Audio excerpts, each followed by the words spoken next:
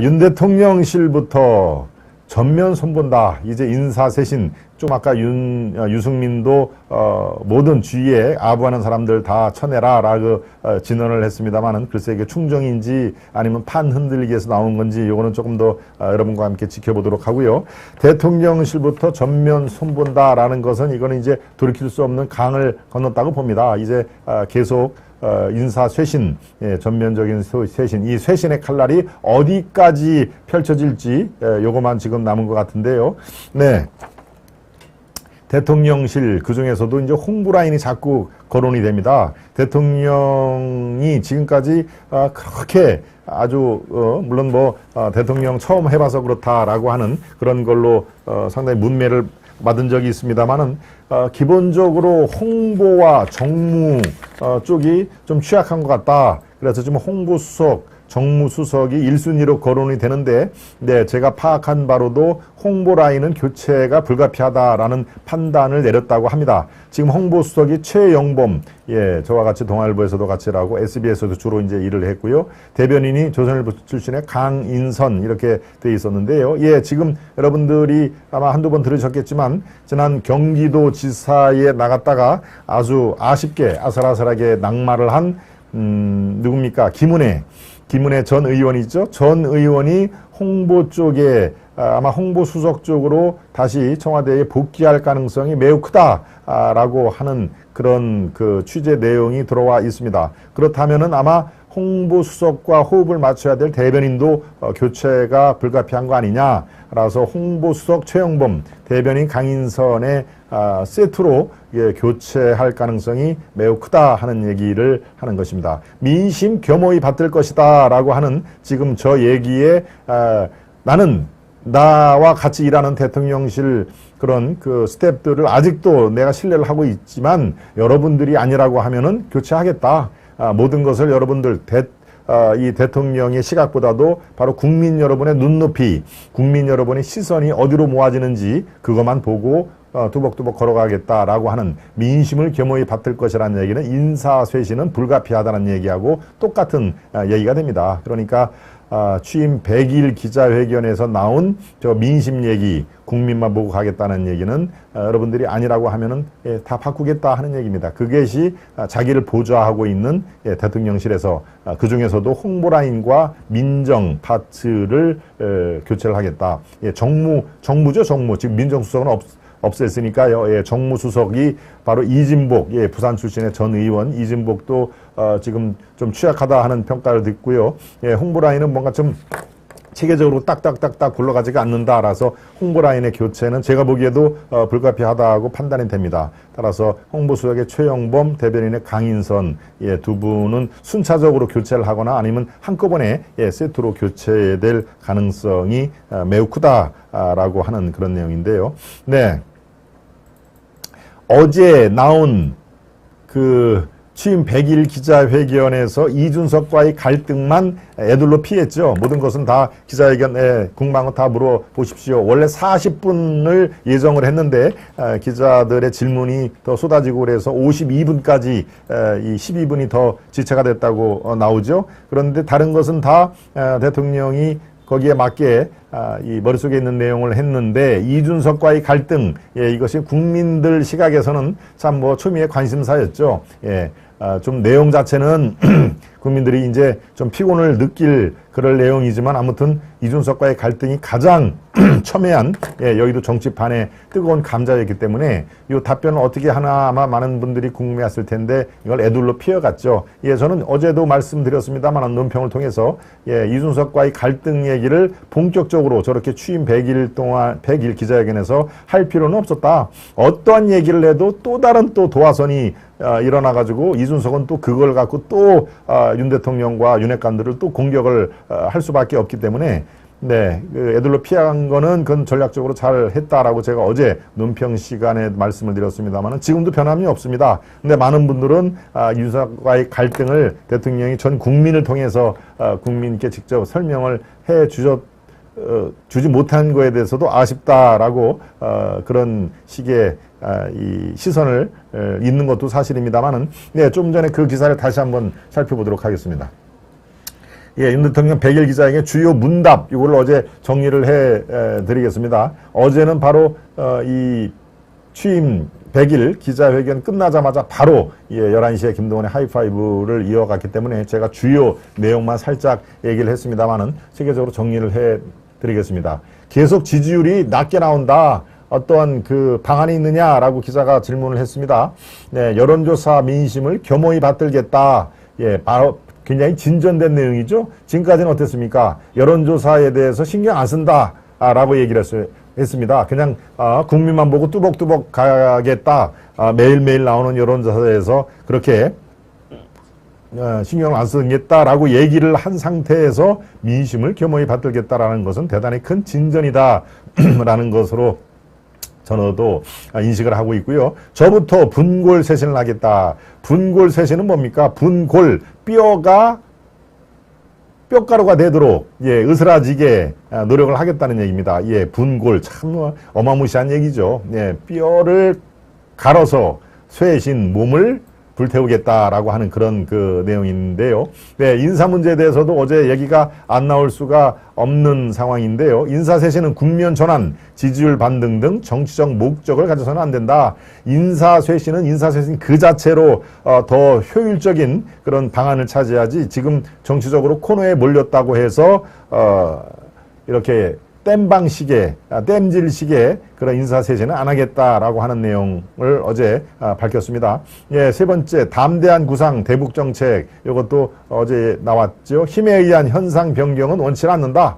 비핵화 의지만 보여주면 다 돕겠다. 북한의 김정을 다 돕겠다 하는 내용을 어제 강조를 했습니다. 네. 또 이준석 대표 관련해서는 민생을 매진이 아니라 다른 정치인 발행 챙길 기회가 없었다 하는 얘기를 했는데요. 요 챙길 기회가 없었다라는 얘기를 어제 오후에 이준석이 그 가처분 신청 그 재판장에 참석을 하고 나오면서 그대로 윤 대통령에 되돌려줬죠. 기자가 물으니까 어제 나는 내가 챙길 것이 많아서 윤 대통령의 100일 기자회견을 챙기지를 못했다라고 하는 챙기지를 못했다는 것을 그대로 아주 원용을 했습니다. 저는 그걸 보고서 조금 속으로 웃었습니다만은 계속 한번 보여주시죠. 네, 한일 강제징용 문제에 대해서 주권 문제 충돌 없이 채권자들이 보상받을 수 있는 방안을 지금 강구를 하겠다 하는 얘기도 했고요. 도어 스태핑 논란에 대해서는 계속하겠다. 직무수행 과정이 투명하게 드러나고 비판받아야 한다고 생각을 한다. 대우조선 또 하이트진로 노조 투쟁에 관해서는 노사 불문하고 법과 원칙을 일관되게 유지하는 게 매우 중요하다라고 얘기를 했습니다. 저는 이 원론적인 그런 그 답변이 주를 이루었습니다만은 방향은 잘 잡고 있다. 아마 저대로만 시행이 되면은 지지율이 반등을 할 날도 머지 않았다라고 저는 판단이 됩니다. 지금까지는 저게 이 원론 즉 발표 따로 실행 따로, 실행이 뭔가 조금 이 당정이 엇갈리고 또 이 박순애 교육부총리처럼 설익은 것을 툭 던져보는 교육 100년지대가 아니라 교육 100년지 30분도 안 돼서 이렇게 포화를 만든 그런 상황이 있기 때문에 지지율이 이렇게 곤두박질 치지 않았습니까? 네, 저는 전반적으로 저대로만 진격을 하면은 상당 부분 떠났던 민심 또 등 돌렸던 민심이 자세를 바로 할 것이다 라는 것으로 저는 여러분들께 같이 희망을 드리고 싶습니다. 네. 도깨비님, 황금애님, 김나영님, 또 셀리나님, 네, 고견을 많이 주셨습니다. 이준석 하나 처리 못하는 국힘당 집권당으로서 참 한심하네요 하는 얘기도 우리 셀리나님의 의견에 많은 분들이 아마 공감을 하실 수 있다고 저는 생각이 듭니다. 네, 이 관련돼 가지고요. 윤석열 지지율이 곧 40% 이상으로 취소 수수가 있다라고 하는 좀 색다른 그런 의견이 있어서 여러분들과 공유를 합니다. 네, 이 얘기를 한 사람은 신율 명지대 교수죠. 명지대 교수가 어떤 방송에 나와서 이 얘기를 하는데요. 뭐 쉽게 40% 지금 이제 뭡니까 30%가 일단 주저앉아서 24, 25까지 갔다가 32, 3 이렇게까지 올라갔는데 40% 이상 갈 수 있다. 뭐 이게 당연합니다. 이 윤 대통령과 그의 참모진 대통령실에서 제가 아까 말씀드린 데는 저 방향으로 뚜벅뚜벅 진군을 한다면은 머지않아 40% 이상 갈 수가 있다. 당연히 가야 됩니다. 당연히 가야 되고 뭔가 국민들에게 기대에 부합하는 그런 혁신하는 실행을 하고 또 특히 중요한 게 이전 정권, 문재인 정권의 그 폭정, 또 정권 비리 이런 것들을 사법적으로 말끔하게 처리를 하게 된다면은 떠났던 민심이 돌아올 수밖에 없죠. 등들렸던 여론 지지율이 왜 안 들어오겠습니까? 이전 정권의 그런 권력형 비리 이런 것들은 말끔하게 그거는 정치 보복하고는 관계가 없습니다. 정치 보복은 없는 죄를 있는 죄로 만드는 게 정치 보복인 거 아닙니까? 이미 현행법을 어겨서 정치 비리, 권력형 범죄라든가 이런 것은 당연히 현행법으로 처리를 한 것은 오히려 공정한 사회를 위한 법치지 그게 왜 정치 보복입니까? 그런 것들을 서둘러서 진행이 된다면은 떠났던 민심 이건 뭐 당연히 올 수밖에 없죠. 따라서 40%의 지지율은 곧 돌아올 수 있다라는 것은 어찌 보면 당연한 얘기입니다만은 여기저기서 지금 그런 벌써 신호를 보내고 있다라고 하는 그런 내용이기에 여러분들과 함께 살펴봤습니다. 네, 김재선님, 정상윤님, YH님, 네, 플루토 블루님, 역선택 오셨습니까? 누가 또 들어왔군요. 역선택. 홍리스빌님, 김나영님.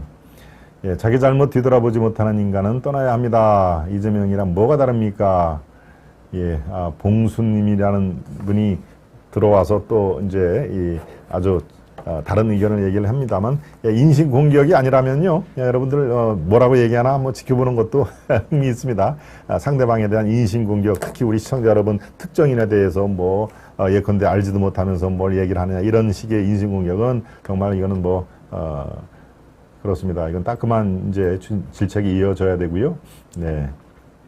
아하, 그렇군요. 네. 예, 멋지다고 생각하는 거는 그렇게 생각하도록, 내버려 두시지요. 네. 그렇군요. 네. 노인부님, 황금혜님, 네. 김재선님, 세고의 팔판님, 리치빌님, 도깨비님, 셀리나님, YH님, 정상윤님, 활발한 의견 감사드리도록 제가 예의를 표하겠습니다. 세 번째 이슈로 가기 전에 만평을 한번 살펴보겠습니다. 만평 보여주시죠. 윤정부 100일 선적표는 우수수? 어머, 당신이 웬일로 후한 점수를 주네요. 지지율이 100일 만에 우수수. 아하, 분굴쇄신, 오직 국민만 보호하겠다. 우수수는 우리가 초등학교 다닐 때 수미양가에서 우수수죠. 수우우 할 때 우수수 하면은 공부 잘하는 학생이 받는 성적표가 이제 우수수일 텐데, 그러니까 옆에서 당신이 웬일로 후한 점수를 주시네요 라고 얘기를 하니까 지지율이 100일 만에 우수수 했다라고 하는 약간 이제 비꼬는 그런 식으로 대답을 한 것이죠. 네. 이 우수수는 글쎄요, 실제로 초등학교의 그 성적표대로 우수수로 이렇게 반전을 꾀하도록 많은 분들이 그렇게 관심을 갖고 이렇게 방향을 잡아주면은 저는 뭐 가능하다고 생각이 듭니다. 네, 두 번째 만평으로 한번 가보겠습니다. 네, 두 번째 만평입니다. 미완의 퍼즐. 미완의 퍼즐. 방탄제명. 당원 80조를 유지했다. 정말 참 꼼수 중에 꼼수입니다. 정말 꼼수에는 참 매우 능한 세력들이죠. 당원 80조는 유지를 하되 방탄 제명을 위해서 또 뭐를 손을 받습니다. 그것은 바로 세 번째 이슈에서 여러분과 살펴보도록 하겠습니다.